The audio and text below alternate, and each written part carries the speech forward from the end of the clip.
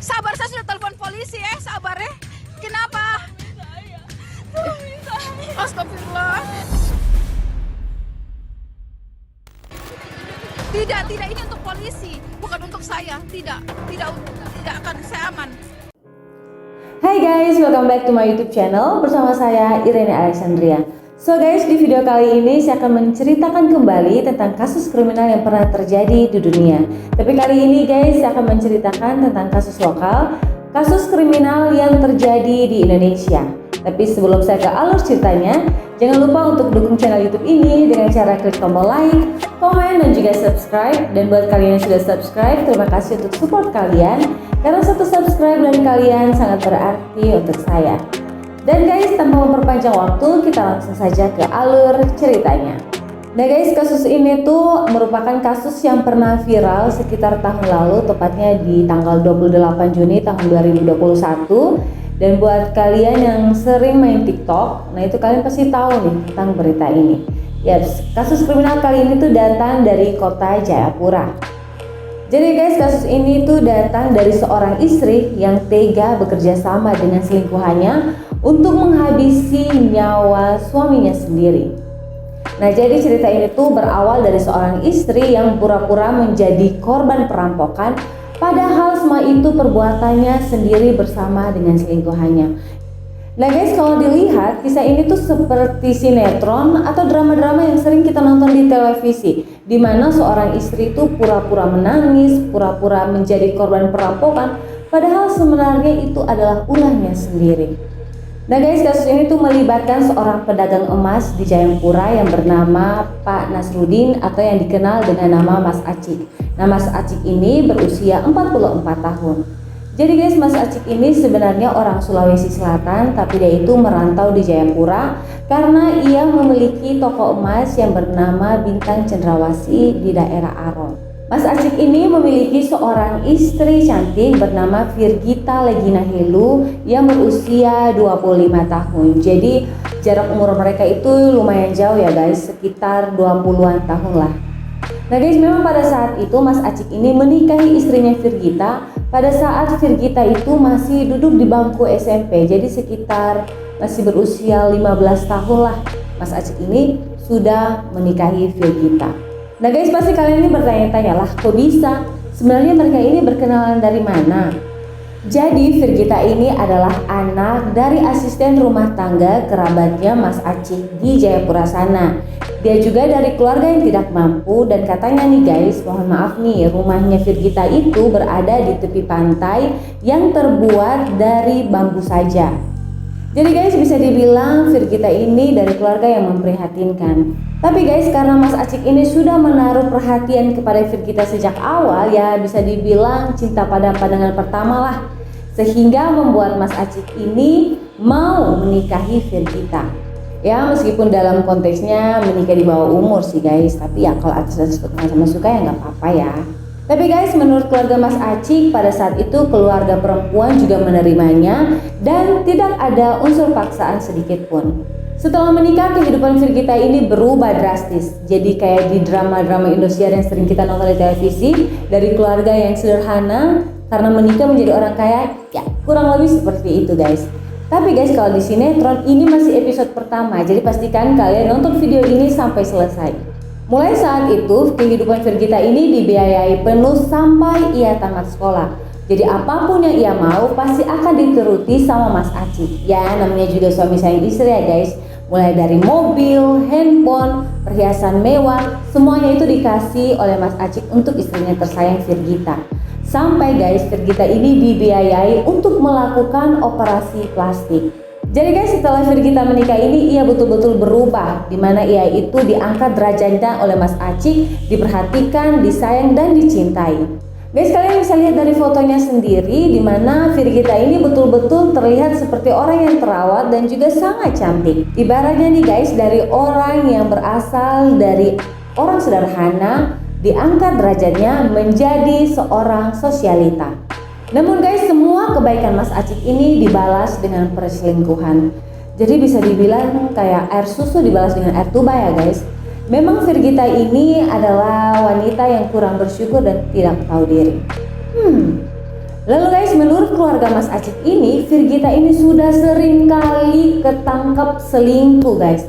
Nah, banyak yang sudah memberitahukan informasi-informasi tentang perselingkuhan Virgita ini ke Mas Acik. Tapi Mas Acik ini menanggapinya dengan santai saja. Dia selalu bilang ke teman-temannya kalau ya dimaklumi saja, Virgita ini kan masih sangat muda, jadi ya harap dimaklumi lah. Nah, hal ini tuh membuat banyak orang menjadi emosi, tapi karena kasus ini tuh jatuh ke suami yang pemaaf, mau tidak mau ya banyak orang tidak bisa mengikut campur, karena setiap rumah tangga itu kan punya problemnya masing-masing. Jadi kerabatnya Mas Acik itu hanya sekedar memberitahukan tentang perselingkuhan istrinya itu ke Mas Acik. Hingga guys, di suatu hari pada tanggal 28 Juni tahun 2021, Mas Acik ini mengantar istrinya dengan menggunakan mobil Jazz berwarna merah pergi ke apotik untuk membeli obat mata. Nah, pada waktu itu kan malam nih guys. Jadi dari rekaman CCTV apotik ternyata ada mobil hitam yang mengikuti mereka mulai dari rumah mereka sampai ke apotik tersebut.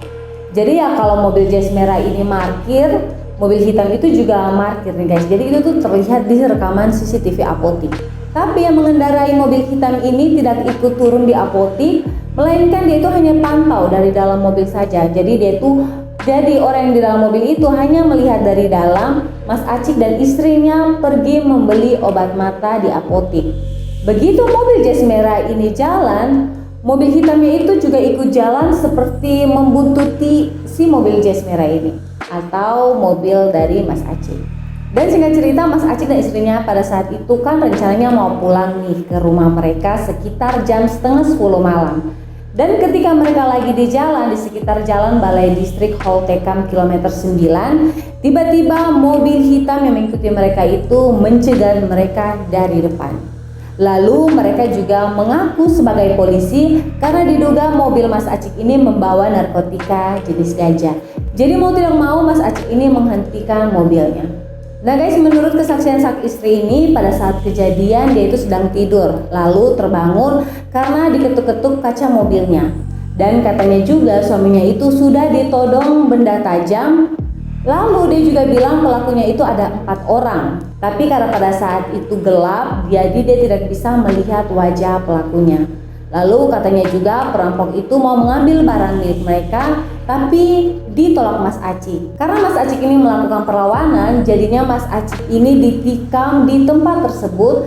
Lalu perampoknya mengambil tas Virgita, kemudian mereka kabur.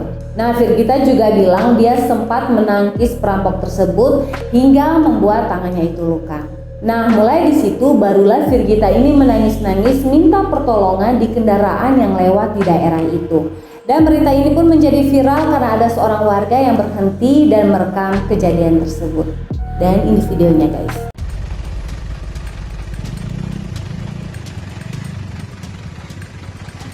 Stop dulu Kak. Stop dulu. Tolong Kak, tolong dia dulu.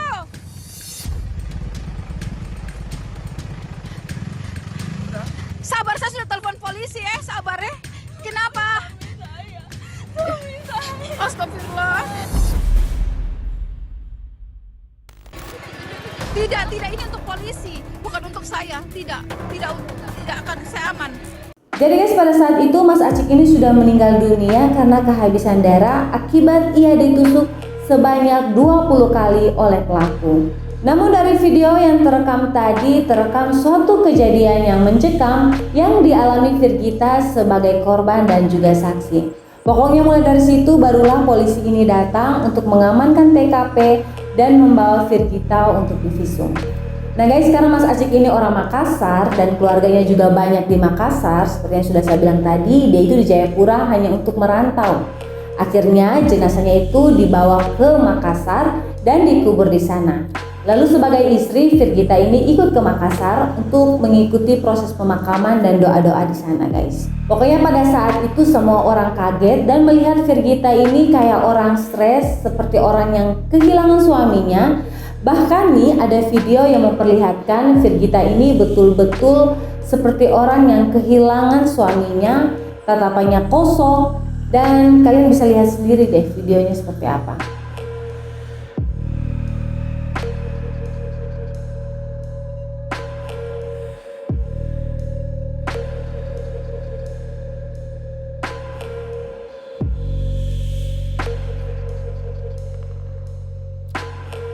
Nah, ternyata semua itu hanyalah sebuah acting. Mulai dari ia menangis-nangis, kayak orang stres, tatapannya kosong, seperti kehilangan orang yang dicintai. Hingga akhirnya polisi ini menemukan kejanggalan-kejanggalan sehingga polisi ini menyebutkan kalau ini merupakan kasus pembunuhan. Di mana pelaku yang dibilang tadi ada 4 orang, polisi akhirnya menemukan satu pelakunya. Di mana satu pelakunya itu adalah selingkuhannya Firgita yang bernama Mahdi Mehraban. Dan Mahdi ini melaporkan ke polisi kalau semua kejadian tersebut adalah ide dari Firgita.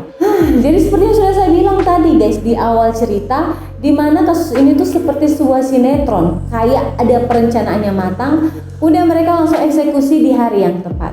Nah guys, si Mahdi ini ditangkap di Bandara Sentani di Jayapura di hari Jumat tanggal 2 Juli tahun 2021.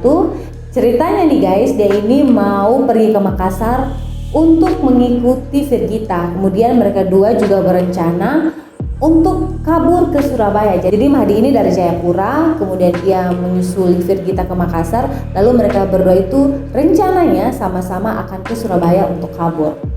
Nyatanya apa yang sudah mereka rencanakan apes karena terlanjur ditangkap oleh polisi. Ternyata Firgita ini juga sudah lama mengenal Mahdi dan mereka juga sudah berselingkuh selama kurang lebih 2 tahun terakhir ini.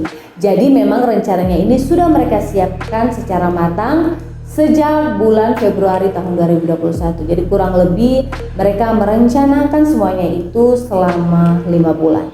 Karena Mahdi ini sudah ditangkap, jadi masih ada 3 orang pelaku lagi, tapi 3 orangnya ini masih menjadi buronan. Jadi 3 orangnya ini adalah orang kayak suruhannya Mardi guys.